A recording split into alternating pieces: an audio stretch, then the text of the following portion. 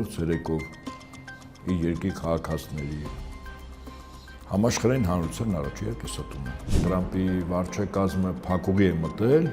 խոսում է նրա մասին, որ հիմա արդեն մի 2 օր է, 3 օր է, ասում են, որ մենք հաղթել ենք արդեն։ Առաջին օրն ենք հաղթել։ Ուղղակի այդպես շարունակում ենք ոչնչացնել, բայց այդ տակը բան չի մնացել։ Թոփ 10-յակում առաջին տեղում Փաշինյան Նիկոլն է, իր Տրամպի ուղով երկրորդում Իրանի պատերազմը։ Բա այդպես, մտածում եք վարչապետ ունենք, աշխարհը չունի։ Մարդումից են կերել, երեխաներ են զոհաբերել, չեմ ասում դերատի երեխաներին անչափածներին բռնաբարել են, տալ են սպանել, պատկերացնում։ Ամերիկացիք արդեն այստեղ չեն, մաքրվում են, ինչպես ասում են։ Այս Իրանի կռվից հետո ինչ-որ ժամանակ հետո որ ավարտվելու է, հա, գնալու են։ Իրանը պարտադրելու է ԱՄՆ-ին խաղաղության եւ պարտադրանքի 3 պայման ունի։ Նրանք պահագա Նիկոլին հիշեցնեն, իրանց սքի ժամանակ քո տանը դոզուրնա խփել։ Բարև ձեզ, եթերում ուղի խոսքն է։ Այսօր մեր հյուրն է ռազմական փորձագետ Հայկ Նահապետյանը։ Բարև ձեզ, պարոն Նահապետյան, շնորհակալ ենք հրավերն ընդունելու համար։ Պարոն Նահապետյան, արդեն 13 օր է տևում է այս պատերազմը։ Ամերիկան եւ Իսրայելը միացյալ ուժերով հարձակվել են Իրանի վրա։ Մենք տեսնում ենք Լիբանանն է արդեն ներառված, Բեյրութում բազմաթիվ զոհեր, ավերածություններ եւ այլն, նաեւ Իրանում, Իսրայելում։ Բոլորը ասում են, որ Թրամփը արդեն փակուղում է։ Նույնիսկ միջնորդներ է ման գալիս, որպեսզի կարողանա այս պատերազմը դադարեցնել։ Սակայն այս ֆոնին նա հայտարարում է, կարող է պատերազմը դադարել, որովհետև այլևս թիրախավորելու բան չկա Իրանում։ Որն է իրական պատկերը։ Ստում է օրը ցերեկով իր երկրի քաղաքացիների համաշխարհային հանրության առաջ երկը ստում է։ Ես մի պարզ օրինակ բերեմ, որ ամերիկյան ինքնաթիռները երբ որ թիրախ են ընտրում, հրթիռներով են խփում։ Հրթիռ են բաց թողում ինքնաթիռի վրայից։ Հրթիռը կարգով ավելի թանկ է, քան ռումբը, որը ինքնաթիռը եւս ունի։ Այդ ինքնաթիռը չի մտնում Իրանի օդային տարածք։ Հեռվից է բաց թողում, ասենք մի 200-300 կիլոմետր հեռավորությունից։ Իսկ ինչու չի մտնում օդային տարածք, որպեսզի ավելի էժան թիրախային ռումբեր թողի։ Ռումբը շատ ավելի էժան է։ Եվ ռումբերը շատ ավելի կան, քան հրթիռները։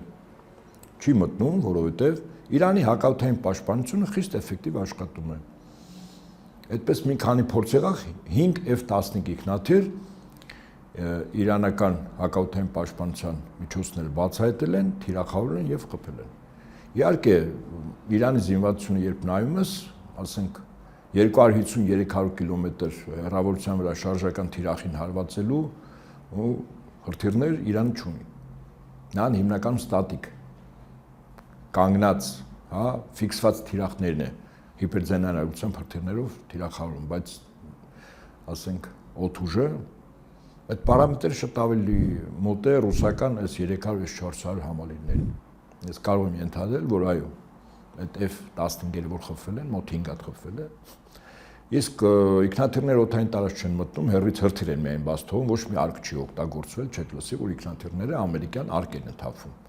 Սաբարի թե հակաօդային պաշտպանություն չկա, ինքնաթիռը գալիս է պտտվում է մայրաքաղաքի վրա, ուզածը թիրախյան ռումբերը տարափ է եւ մեծ ավերածություն էր, որտեղ խփող չկա ըստ իրենց, հա, հակաօդային պաշտպանություն, հակարտիրային պաշտպանություն։ Եթե չկա, ինչու չեք մտնում։ Կա ուրեմն նույնիսկ առ այսօր, սա մեկ, երկրորդ։ Իրանը սկսել է օգտագործել 2 օր է եւ հայտարարել է դրա մասին, որ առնվազն 1 տոննայից ավել պայթուցիչ բեռ ունեցող ծանր հրթիռներ է օգտագործելու 2 օր առաջ Իսրայելին հարվածեց։ Դա բավականին մեծ ավերածություններ է բերում։ Ոչ միայն ամբողջ թաղամասեր կարող է ոչնչացնել, այլև խոր բունկերներ, որտեղ զինվորական անձնակազմն է, որտեղ Իրանի միջուկային զինանոցն է, որտեղ հրթիռների պահոստներն են։ Այդ ծանր հրթիռները կարող են այդ մեծ պայթյունը առաջացնել։ Իրանը ունի։ Այսինքն Տրամպը ընդհանրապես քարոզչական է։ Հիշեք, այս կռիվը 1-2 օր պետք է տևեր։ Հետո ասեց սկզբում այո 4 շաբաթ։ Հետո ասեց չէ, 2 հատ 4 շաբաթ, 2 ամիս։ Սեպտեմբերի մասին էր։ Հետո մինչև սեպտեմբեր։ Եվ այդպես ասենք մինչև 2050 թիվը։ Իհարկե այդքան չի ձգվի։ Իրանի զենանոցը կա, ես կարծում եմ Իրանը բավականին խելամիտ կերպով բավականին փչացրեց ԱՄՆ-ի հակաօդային հակարդյունային պաշտպանության միջոցները, երբ էժան հրթիռներ եւ շատ անօդաչուներ հարցակման ուղարկեց, որոնց մեծ մասը սկզբում խոցվում էին, բայց խոցվում էին շատ ավելի թանկ արժեցող հրթիռներով։ Իրանը խնդիր չունի իր ինչ-որ տարածքից զինամթեր կարակ տեղափոխել ինչ-որ տեղ։ Միացյալ Նահանգները ունի։ Միացյալ Նահանգները 2 ավիակիր հեռացան։ Ընդ որում մեկը հեռացավ, երբ իրանական կողմը թիրախավորել էր, ԱՄՆ-ն ասաց ոչ մի վնաս չի կրել, բայց մարտի դաշտը լքեց։ Այսինքն այլևս ունակ չէր մարտական խնդիր կատարելու։ Երկրորդը մի 3 օր հետո, երբ որ իր զինամթերք ինքնաթիռների վրա վերջացավ հրթիռները։ Նա էլ գնաց։ Մյուսը մոտենում է մի 10 օրից կասնի։ Ուզում ասել, որ ակնհայտ է, որ Չինաստանն ու Ռուսաստանը օգնում են, հիմնականում հետախուզական տվյալները տիեզերանավերից ինքնաթիռների, նավերի շարժը, ես կարծում եմ, որ Չինաստանն իր շահերից ելնելով առայց, որ Իրանը ունի կնքած ռազմական համագործակցության պայմանագիր։ Ռուսաստանը ևս օգնում է եւ այն, որ Միացյալ Նահանգների նախագահի Տրամպի վարչակազմը փակուղի է մտել, խոսում է նրա մասին, որ հիմա արդեն մի 2 օր է, 3 օր է ասում են, որ մենք հաղթել ենք արդեն։ Առաջին օրն ենք հաղթել։ Ուղղակի այդպես շարունակում ենք ոչնչացնել, բայց էլ տակը բան չի մնացել։ Մենք հաղթել ենք։ Հիմա միջնորդ է գտել, որ այդ միջնորդի միջնորդությամբ այս կռիվը կանգնի։ Խոսքս Ռուսաստանի նախագահի մասն է։ Հեռախոսազրույցեր Անցյալ տարի դեկտեմբերից մոտ 3 ամիս չէր զանգահել Ռուսաստանի նախագահին։ Հեռախոսային խոսակցություն չէր եղել երկու նախագահների միջև Ռուսաստանի ԱՄՆ-ի զանգահարեց, ես կարծում եմ զուտ ճիշտ է, այնտեղ Ուկրաինայի թեմայով էլ ինչ-որ բաներ խոսել, ես կարծում եմ բուն խնդիրը սա է։ Ուկրաինայի թեման ընդհանրապես արդեն երրորդական պլանում է խոսվում դրա մասին։ Նա հենց այդ մտքով չէ եկավ իշխանության լուծելու եմ ռուս-ուկրաինական պատերազմը։ Ճիշտ է, top 10-յակում առաջին տեղում Փաշինյան Նիկոլն է, իր Տրամպի ուղով երկրորդում Իրանի պատերազմը։ Բա այդպես, մտածում եք վարչապետ ունենք աշխարհը չունի։ Բոլորը Տրամպի ուղուց են խոսում։ Այդ Տրամպի ուղին այլևս, ինչպես ասում են, գրեք սառույցին, որպես այդպեսին գոյություն չունի։ Ինչու՞։ Որպես արժեք։ Այն որ Փաշինյանը ասում էր 99 տարի ինքնիշխան կլինենք, նկատի ունի 99 տարի պայմանագիր է ԱՄՆ-ի հետ կնքվել եւ այստեղ ամերիկացիք էստեղ են։ Ամերիկացիք արդեն այստեղ չեն, մաքրվում են, ինչպես ասում են։ Այս Իրանի կռվից հետո ինչ որ ժամանակ հետո որ ավարտվելու է, հա, գնալու են։ Ոչ միայն հարավային։ Այո, ամբողջովին։ Վերջն արդյունքում Միացյալ Նահանգները գնալու է իր արևմտյան կիսագունդ։ Չասա նպատակին։ Ոչ, ես կարծում եմ Միացյալ Նահանգների ղեկավարությունը հաշվել են, որ իրենց ընկալումներով եւ իրենց չափորոշիչներով են գնահատել։ Եթե օրինակ իրենց մոտ երկրի ղեկավարը եւ բարձրաստիճան զինվորականները սպանվում են, սպանող պետությունը եթե առաջարկի այդ կորուստ ունեցող երկրին հանձնվել, վստահաբար իրենք կհանձնվեն։ Դուք ասեն էլ ղեկավար չի մնացել։ Իրանը այլ է։ Իրանը համակարգ ունի, մի քանի բանակ ունի, մի բանակ չէ։ Ձեռքերը շատ երկար են բազուկները, ներառյալ նաև հիմա Լիբանանում Հեզբոլլա 350-ա թրթիռ է բաց թողել, որի կեսն է խփվել։ Մյուս կեսը երկնքից թափվում է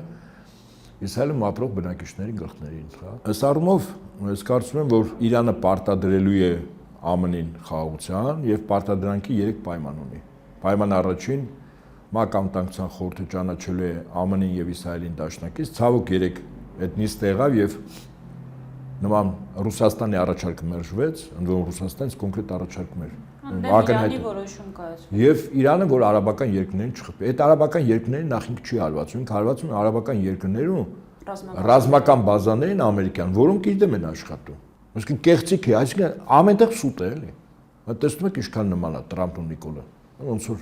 մի տեղից դուրս եկածելն են։ Սուտը իրենցից առաջ է։ Կամ ասում է սուտը գալիս է, տեսնում է Նիկոլն ու Տրամպը այդտեղ են, ասում է չես անելիք չունեմ, տղերքը կարգին ստախոս են։ Հիմա եթե իրականությունը նայենք, վստահաբար եմ ասում, Իրանը պայմանը դրել է ճանաչել ագրեսոր, որը երաշխիքն է, որ հաջորդ անգամ եւս հարձակում չի, որտեղ երրորդ փորձն էր իշխանափոխության։ Այսինքն նպատակը իրականում 1-2 օր, որ Տրամպը եւ իր թիմը գնահատում էր, որ Իրանը պարտվելու է, որ գլխատեն հոգեվոր առաջնորդին, սպանեն զինվորական ղեկավարներին Իրան կհանձնվի։ Տեսանք, որ հոգևոր առաջնորդը սպանվեց, ընտրվեց նրա որդին։ Տեղեկություն կա, որ հենց այդ օրը փետրվարի 28-ին վիրավորվել է նաև որդին, ով ընտրվել է հիմա հոգևոր առաջնորդ։ Որտեւ իր կինը երեխան զոհվել էին։ Այո, մայրը։ Մայրը վիրավորվել էր, հետո մահացավ, հայրը զոհվել էր նույն պահին։ Այսինքն հոգևոր առաջնորդի վիրավոր լինելու փաստը խոչընդոտ չէ Իրանի համար։ Վստահաբար այո։ Հասկանում եք, այդտեղ ինստիտուտներ է աշխատում, համակարգը եւ անձը այնքանով որքանով կապ ունի։ Իհարկե լավ պատրաստված անձը process-ների վրա լավ ազդեցություն կթողի, բայց process-ը չի կանգնի, որտեղ կա Պահապանների կորպուս, որը բանակ է, կա բանակ մեր նման։ Երրորդ բանակը Ալկուց կամ Երուսաղեմ հատուկ ստորաբաժանումն է 800,000 անձնակազմ։ Չորրորդ բանակը Իրաքի 400,000 շիա մահամեդական ոստիկանությունը, որը բանակ է։ Հեզբոլլահը սկզբունքորեն որը բանակ է Լիբանանում, Եմենի հուսիտները, որը բանակ է։ Այսինքն Իրանին հաղթելու համար դուք այս բոլորին պիտի հաղթեք։ Գիտեք, մինչև Իրանին հասնելը Իսրայելը փորձեց բոլորին հարվածել, բոլոր տեղերն պարտություն կրեց։ Գազայի մասին չեմ ասում։ Գազան մինչև 3 տարի անցել է, 2.5 տարի չի կարողացել գրավել, փաստացի։ Իսրայելը լինելով բավականին ռազմականացված եւ մոտիվացված բանակի հրամկազմ Խաղաղ բնակչությունը պարզապես հասնում։ Հա, բայց մարդիկ չեն հանձնվում։ Փաստացի սա է։ Այսինքն այդտեղ պարտվեց։ Հենց փորձեց Լիբանան մտնել, չկարողացավ իդեպ հարավային կողմերը զրահատեխնիկա մտցեց, դուրս դիմադրություն եղավ, բավականին կորուստներով հետ նահանջեց։ Եմենի հուսիտներին հարվածեց Եմենի հուսիտները, որոնք քարանձավներում քարեմուրճով հիպերզանյան արագության հրթիռներ են պատրաստում։ Մի հատ այդպիսի հրթիռ բաց թողեցին ամերիկյան ավիակիրի վրայից։ Նախանցել տարի։ Եվ այդ ավիակիրը չկարողացավ այդ հրթիռը խոցել։ Պատկերացնում եք, այ քարանձավ է մասը ոնց է պատրաստվում։ Գնաց ու Իսրայելում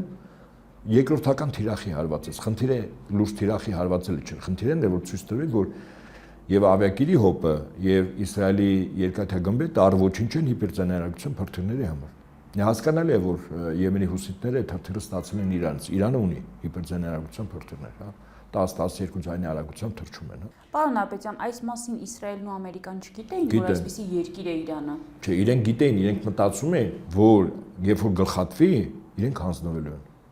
Ինչպես ասում են, իրենք Իրանին չափում են իրենց արշինով։ Ներքին խռովություն կսկսվի Այո, դե երկու անգամ այդ փորձարվեց, չէ, 12 օրվա, 12 օրվա, ամեն դեպքում պոտենցիալ կար, բայց այս անգամ ժողովուրդը ավելի կոնսոլիդացվեց իշխանությունների շուրջ, այն 176 դերատի աղջնակները, որ զոհվեցին։ Այո, սա եւս միավորող գործ ուներ։ Մարդիկ փողոց են դուրս գալիս, չէին վախում, որ իրանց վրա հրթիռ կընկնի, եւ սուսքում էին, հա, այդ կորուստները։ Եվ սպիտակ դրոշի փոխարեն, որտեղ ԱՄՆ-ի եւ Իսրայելի վարչակազմը մտածում էր Իրանը սպիտակ դրոշ այսքան հանձնվի, բարձրացրեցին մսկիթի վրա կարմիր դրոշ, հատուցման, վրիժառության դրոշը եւ հայտարարեցին սրբազան պատերազմ, ջիհադ։ Սա է։ Եվ կարծում եմ, որ այս ավարտելուց հետո, իսկ դա 7 տարի հետո չէ, որտեղ ակնհայտ է, որ Տրամփ ուզում է որ կանգնի, որտեղ ասում է, այստեղ փորձել ենք, հիմա գնում ենք Կուբա։ Չէ, իրեն պետք է մինչև նոյեմբեր կոնգրեսի միջանկյալ ընտրությունները ինչ որ խիստ դրական արդյունք ցույց տալի ժողովրդին, էլի, որ հանրապետականներ չպարտվեն։ Կարող ենք նաև ասել Էփշտեյնի գործի քողարկելու նաև մի ձև էր սկսել այս պատերազմը։ Եկեք այսպես, հա, ուրեմն Էփշտեյնի գործով հիմնականում այդ գործը ինչ է, այսինքն Էփշտեյն երևույթը ինչի համար, այսինքն կարևոր է հասկանալ, ուրեմն համաշխարհային տիրապետության ձգտող վերպետական կառույցները, իդեմս գլոբալիստների ունեին մրցակիցներ, դրանք բոլոր պետություններն են։ Պետությունները իրենք պետական կառույցներ են։ Այդ կառույցները մրցակից են վերպետական կառույցներին։ Վերպետական կառույցների ղեկավարները պետություններում չեն։ Նրանք առանձնապես կամ երևում են, կամ չեն երևում, հա։ Ասենք վերպետական կառույցը ՆԱՏՕ-ն, Եվրամիությունը, վերպետական կառույցը, Ֆեդերալ ռեզերվային համակարգը, առողջապահության համաշխարհային կազմակերպությունը, ՄԱԿ-ը այստեղ մի փոքր հետ կանգնենք, դեռ նրանց հսկողության ներքո չէր, որտեղ անվտանգության խորհրդի 5 մշտական անդամ երկրներից 2-ի վրա գլոբալիստների իշխանություն չունեն, խոսքը Չինաստանի եւ Ռուսաստանի, ճիշտ է, չկային են։ ՄԱԿ-ը թողում ենք մի փոքր այնքան, բայց շատերի վրա ունեն ՄԱԿ-ի անդամ երկրներ։ Հիմա որպես այդ պետությունները իրենց մինչև լուծարելը, մինչև համաշխարհային բացարձակ տիրապետություն ունենալը եւ Մաշախի փրկչի գալը իդեպ ըստ Թալմուդի եւ Թորայի այդ փրկիչը պիտի գար Սողոմոնի 3-րդ տաճարում նստել, պատրաստված տաճարում։ Իրենք պետք է պետություններին կառավարելիության վիճակում պահեն։ Կառավարելիության վիճակ նշանակում է դրանց ղեկավարներին։ Դրանց ղեկավարներին ինչպես կառավարես։ Էփշտեյնի գործով։ Այսինքն տանում են իրենք իրենց էլիտային համարում այդ պետությունների ղեկավարները եւ իրենք անում են բաներ, որ մյուսներին չի կարելի։ Իրենք էլիտային ոչ թե իրենց գիտելիքով, փորձառությամբ, արժեքային համակարգով, այլ լրիվ հակառակը։ Պղծություններով, ամենաթողությամբ, հա եւ այլն։ Մարդումից են կերել, երեխաներ են զոհաբերել, չեմ ասում դերատի երեխաներին անչափածներին բռնաբարել են, տալ են սպանել։ Պատկերացնում եք, այսինքն սատանայապաշտություն, սատանան բնութագրական է, իդեպ ոնց որ Աստված։ Ոնց որ մագնիսական դաշտը, օրինակ այստեղ նստած ենք այստեղ եթե հերոստացույց միացնենք, ցույց կտա, որտեվ ալիքներ կան, որը մեր ընդունիչները չեն այդ ալիքները չեն ընդունում, բայց ալիքը կա։ Մագնիսական դաշտը ինքը երևում է իր գործառույթներով, Աստված իր ստեղծածով եւ բնութագրիչով, նույնիսկ սատանան վերացական չի։ Այդտեղ էլ ինչ որ արվում էր, հա, այդ կղզում, իրականում գործնականում սատանայի պաշտությունն է։ Եվ այդ տարբեր երկրների ղեկավարները բերվել են այդտեղ։ Այդ այլանդակությունները, այլասերումները, օրենքի խախտումները, պետական գաղտնիքների հաղորդելը, արքայազն Էնդրյուն, պետական գաղտնիք է փաստորեն փոխանցել, իհարկե ոչ անվճար։ Գումար դիմաց կամ այդ դերատի երեխաներին բռնաբարել սպանելու գինն է եղել։ Հիմա եւս այդ կոմպրոմատը բոլոր փաթեթը հայտնում է Տրամպի ձեռքին։ Բազմովս Տրամպն էլ է այդտեղ։ Ընդ որում կեսն է, չէ՞, մի քանի միլիոն են, 3 միլիոն են էջ ցույց են տալիս, 3 միլիոն էլ դեռ կա, թե այնտեղ ովքեր են անցնում Աստված գիտի, վստահաբար Տրամպին վերաբերող մասերը։ Ես կարծում եմ Տրամպի վերաբերող մասերը այդտեղ փակ։ Մյուսներին վերաբերող մասերը տվել են Տրամպին, որը օգտագործում է մյուսների վրա։ Բայց ես ենթադրում եմ, որ Իսրայելը Տրամպի վերաբերող մասերը պահել է իր մոտ եւ այն ինչ որ հիմա արեց Իրանի դեմ, տրամաբանորեն Իսրայելը պետք է հարձակվեր։ Ուրեմն միստիկ եւ կրոնական տեսանկյունից շահառու կողմը մոտիվացված դա Իսրայելն է։ ԱՄՆ-ը Իրանին հարվածում է աշխարհաքաղաքական շահ հետապնդելով, ոչ միստիկ։ Ուրան, նավթ։ Առաջին հերթին աշխարհը բազմաբևեռ է, չէ՞ գնում։ Վստահաբար հիմա մրցակցություն է գնում, կլինի միաբևեռ, գլոբալիստները պարտվել են, վերպետական կառույցները համաշխարհային տիրապետություն էլ չեն ունենալու։ Բայց ԱՄՆ պետությունը եւ ԱՄՆ-ի ազգային էլիտան եւ ազգային կապիտալը ձգտում է համաշխարհային տիրապետության, ունենալով միջուկային գերտերության կարգավիճակ եւ հզոր տնտեսություն։ Հիմա իրեն հակակշիռ կան երկրներ, որոնք ասում են աշխարհը լինի բազմաբևեռ, ոչ թե միաբևեռ ԱՄՆ-ի հեգեմոնիայով, այո, եւ այդ երկրները շարքում են Ռուսաստանը, Չինաստանը։ Ուրեմն կա առանց գծված տնտեսական ռազմական դաշինք։ Դա ասենք այսպես Մինսկ, Մոսկվա, Պեկին։ Մինսկ, Մոսկվա ասելով այդ միացյալ պետություն, հա, ռազմական, ընդ որում Բելարուսում հիմա միջուկային մարտագլխիկներով հրթիռներ են տեղակայված։ Այսինքն ինքը միջուկային տերություն է դարձել։ Պեկինի հետ, Չինաստանի հետ Ռուսաստանը ունի պայմանագիր։ Այդ առանցքի մեջ ամենակարևոր հանգուցային երկրներից մեկը, որը արդեն ինտեգրվում էր այդ առանցքին, դա Իրանն էր։ Իրանին հանել ինչ է նշանակում։ Պատկերացեք տեսականորեն Իրանը նվաճվում է ԱՄՆ-ի կողմից տեսականորեն։ Փաստորեն նախ այդ առանցքն է կտրվում, որովհետև Ռուսաստանից Բեռներ եւ այլն, որ տեղափոխվի դեպի Հնդկաստան, դեպի Չինաստան եւ այլն, հեռավոր Արևելյան Ասիայի երկրներ, հանգուցային երկիր Իրանն է։ Իրան շատ կարևոր է։ Ոչ միայն որ ինքը նավթ ու գազ ունի, բավական լուրջ պաշարներ, կոմունիկացիաներ եւ այլն, այլ ինքը աշխարհի բազմաբևեռ աշխարհի կարևորագույն հանգույց հանձնացող պետություններից մեկն է Իրանը։ Իրանին այդ առանցքից հանել նշանակում է առանցքը փլուզել։ Այսինքն ԱՄՆ-ի համար առաջնահերթին աշխարհակական իրեն մրցակից բազմաբևեռ աշխարհի կարևորագույն պետությունը առանցքից հանելն էր, որը միջուկային տերություն չի։ Չինաստանը միջուկային տերություն է, Ռուսաստանը միջուկային է, ճիշտ է։ Բելարուսը այլևս միջուկային է։ Այդ առանցքի մեջ է նաև բավական հեռու գտնող, առերուտ հեռու գտնող Հյուսիսային Կորեան։ Բայց այստեղ ամենաթույլ օղակը դա Իրանն էր եւ հարվածը Իրանի վրա գնաց, որովհետեւ այդ օղակը հանվի առանցքից եւ բազմաբևեռ աշխարհ չլինի։ Այսինքն ԱՄՆ-ի ներկայիս վարչակազմի հաշվարկները թե ինչ նպատակ դե հետապնդել Իրանին հարվածելու աշխարհակաղակական, որտեղ բազմաբևեռ աշխարհի կայացման գործընթացը ԱՄՆ-ը միանգամից կանգնեցնում էր, վստահաբար։ Իրանը քանդվել ինչ է նշանակում։ Միլիոնավոր մարդիկ Հայաստանով եւ Ադրբեջանով գնալու են դեպի Հյուսիսային Կովկաս։ Հյուսիսային Կովկաս սկսելու է անջատողական տրամադրություններ գեներացնել, այնպես ինչպես եղավ չեչենական երկու պատերազմների ժամանակ, հիմնականում երկրորդի ժամանակ, այո։ Հետո իսլամական գործոնը Թուրքիային էին ակտիվացնելու, իսկ Ռուսաստանի 20% բնակչությունը սուննի մահմեդական է, այսինքն Թուրքիան բավական լուրջ ազդեցություն ունի։ Այսինքն Ռուսաստանը մեջտեղից պայթեցնելու նաև խնդիր էլի կարող է դրվել։ Բարձր ասում։ Եվ այս առումով այդ բոլոր թելերը այս կամ այն ձևով, հա, գալիս էին, փակվում էին Իրանի եւ Իրանի շուրջ, դա համար թիրախավորվեց Իրանը։ Ել չեմ ասում իհարկե ձեռքի հետ էլ նաեւ գազի, նավթի գները, որ աստղաբաշխական, հա, կոմունիկացիաներ, Օրմուզի նեղուց, ամենից ամեն ինչի տեր է ուզում կանգնի։ Հիմա փաստորեն չի ստացվում։ Եթե չի ստացվում, նշանակում է ԱՄՆ-ը իր նախկին կարգավիճակով չի մնալու։ ԱՄՆ-ը աշճանաբար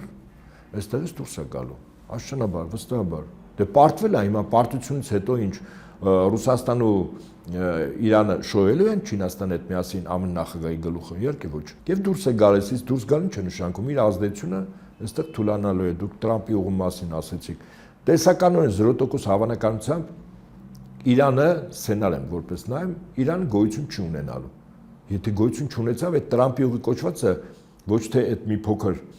արահետն է, որը հիմա Սյունիքով գնում է, այլ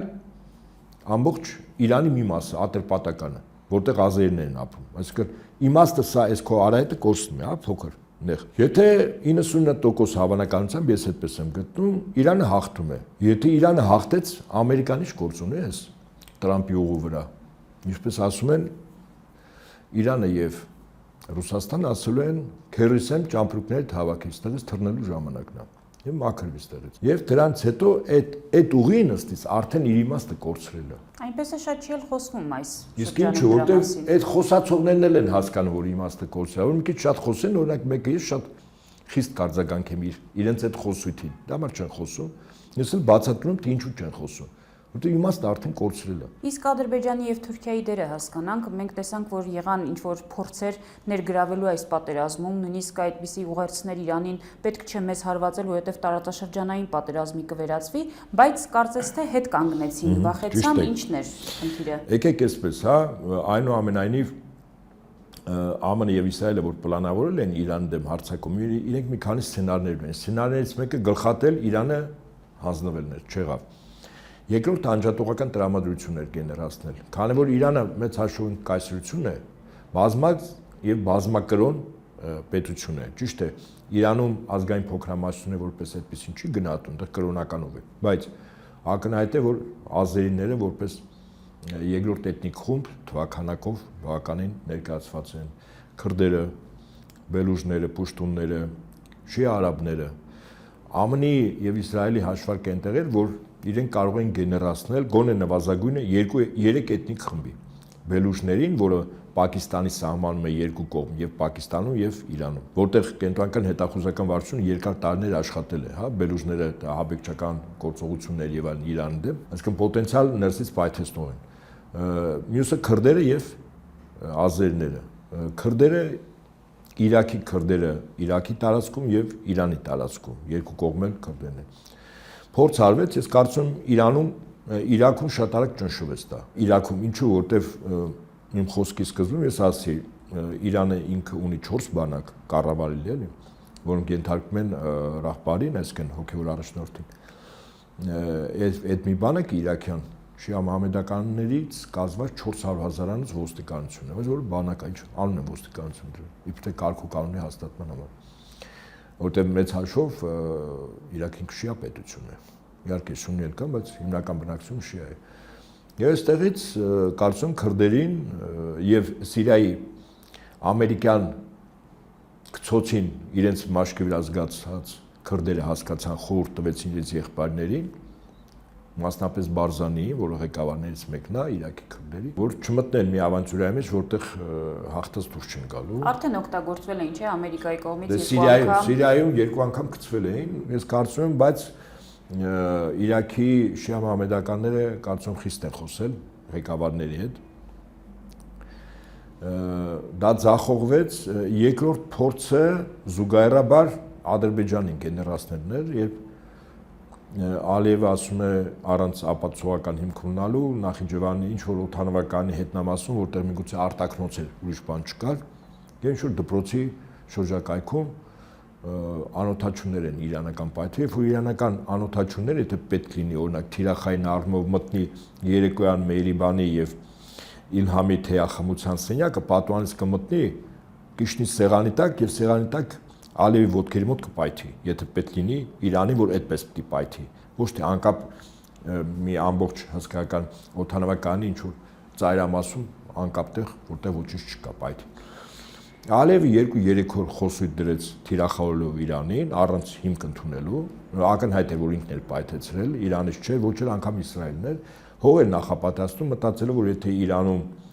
սպիտակ դրոշ բարձրանա կամ Իրանը պարտության ճանապարհով գնա, ապա ինքը առիթ կօգտագործի Իրանի ազերիներին կոչ անելով դուրս գալու։ Թեև անկեղծ ասած, այստեղ էլ իրանք լավ չգիտեն պատմությունը, եթե նայեն 8 տարի տևած ԱՄՆ-ի կողմից սադրած Իրան-Իրաքյան պատերազմը, որտեղ Սադամ Հուսեյնը ժամանակ Միացյալ Նահանգների հանձնարարական էր կատարում, որ Իրանում տապալ էին այաթոլլաների ինստիտուտը պատերազմով, որը ձախողվեց։ Ամենաքաջ կռվողները եւ ամենաշատ հերոսները իդեպ տվել են ազերիները։ Հետաքրքիր չէ՞, այսինքն իրենք այդ Իրան պետության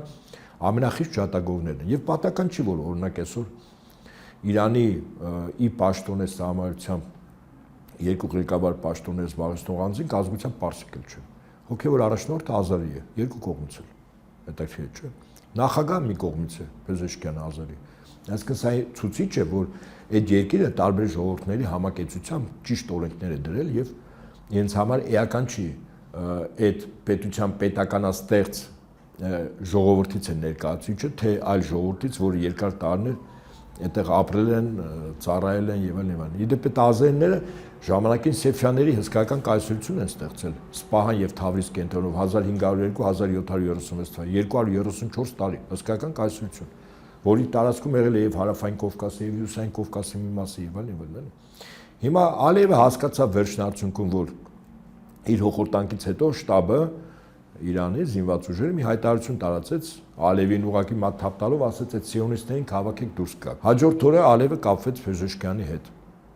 Այդպես մի երկու օր հետո, 3 օր առաջ արդեն հումանիտար օգնություն է ուղարկում։ Երեք էլ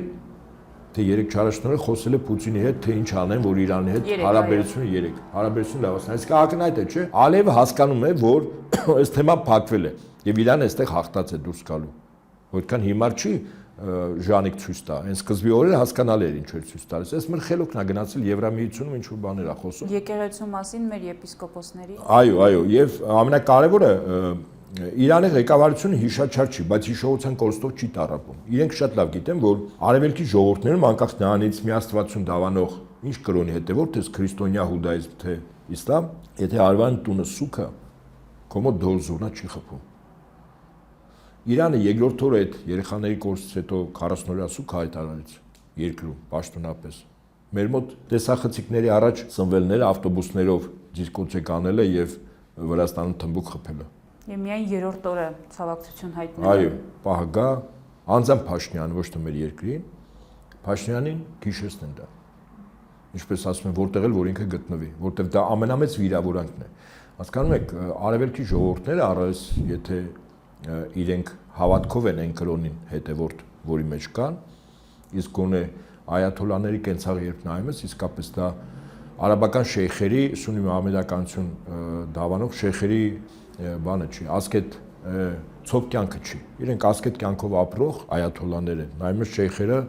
ճոխությունների մեջ, այդպես չի լինում։ Եվ նրանք պահագա Նիկոլին Քիշեսն են իրանց սքի ժամանակ քո տանը դոլզուրնա խփելը։ Պարոն Նահապետյան, եթե ձեր ասած սցենարով առաջնորդվենք եւ դա իրականություն դառնա, այսինքն այստեղ Ամերիկան պարտվում է, Իսրայելը հեռանում է տարածաշրջանից ընդմիշտ, ինչ է դրանից հետո լինելու Հայաստանի հետ։ Մեր ճակատագիրը որն է, չմոռանանք, որ հունիսի 7-ին ընտրություններ են։ Մերը պիտի ձևավորվի։ Մերը չկա։ Սուբյեկտ չենք։ Երբ որ սուբյեկտ դառնանք նոր իշխանություններից, կարծում եմ ճիշտ քաղաքականության արդյունքում նախ Ալիևի պահանջները մեծ հաշվով պահանջները վերջնարդյունքում ինքը կապիտուլյացիայի պահանջներ, հա, երկիրը կապիտուլացնելու, Ալիևը պահանջում է սահմանություն փոխել։ Եւ այսօր էլ Փաշինյանը հայտարարել է, որ անկախության հռչակագիր չի լինելու։ Ես կարծում եմ, որ Հայաստանը շատ արագ, շատ բնական ձևով պիտի հայտնվի այն առանցքիրա, որ ես ասում էի, Մինսկ, Մոսկվա, Թեհրան, Պեկին եւ Հյուսիսային Կորեայի մայրաքաղաքը Փխենյանն է, Փխենյան, որ շատ բնական է։ Տարածաշրջանում 3 գումարած 3 ձևաչափն է որոշելու ամեն ինչ, որը շատ բնական է։ Հարավկովկասյան 3 հանրապետությունները եւ տարածաշրջանում Ռուսաստան, Իրան, Թուրքիա։ Այստեղ Թուրքիան արդեն մի քիչ ավելի խեղճացած վիճակում է լինելու։ Հասկանալի չէ, որտեղ Միացյալ Նահանգներ, Բրիտանիա այլևս չեն լինելու։ Ինքն էլ նոր մարտավարություն գործագրի, որ նորմալ հարաբերություններ ստեղծի եւ Իրանի եւ Ռուսաստանի եւ տակից խաղեր չտա, որտեղ առ այսօր ինքը իսլամ աշխարհում ցույց է տալիս, որ քննադատում է Գազայում տեղի ունեցող ցեղասպանությունը, բայց ադրբեջանական նավթը Բաքու Ջեյհանով իր տանկերներով ինքն էր տեղափոխում Իսրայել միջերկական ծովով։ Այդ բոլորն գիտեն։ Ես կարծում եմ իրավիճակը փոխվելու եւ իշխանապողություններ լինելու շատ արագ։ Եվ միջնայցական տեսքով թե քաղաքացիական։ Ես չգիտեմ, դժվար եմ ասել։ Եթե օրինակ այդ պետություններին պետք է, որոնք այստեղ շատ արագ հարցերի կարգավորեն արտահերտ ընտրություններ։ Ընդհանրապես ձեր չի տալիս այդ ցնցումներով, ցնցումները դրսի գործիքն է։ Կարող արտահերտ ընտրություններ։ Նո մերը արդեն մոտենում է, էլի։ Վրաստան, այնտեղ միջինասիական հանրապետություններ, որտեղ Միացյալ Նահանգները լուրջ ազդեցություն է, այդ ազդեցությունը բնականաբար թուլանում է եւ այն ուժերը, ովքեր որ գտնում են, որ Միացյալ Նահանգները իրենց երկրների շահերից չէին, որ այդտեղ էին եւ խոչընդոտ էին եւ վնասեն, այդ ուժերը կարծում եմ, որ շատ արագ իշխանության են գալու։ Իսկ այն ուժերը, ովքեր որ առայժմ սպասարկել են հավաքական արևմուտքին, իրենք պետք է ճամփորդները կապեն, որքան շուտ այդքան լավ։ Շնորհակալություն, պարոն Նահապետյան։ Եթերում ուղի խոսքներ հետագա հաղորդումներին հետևելու համար կարող եք բաժանորդագրվել Լամեդիա YouTube-յան ալիքին։ Հաջողություն։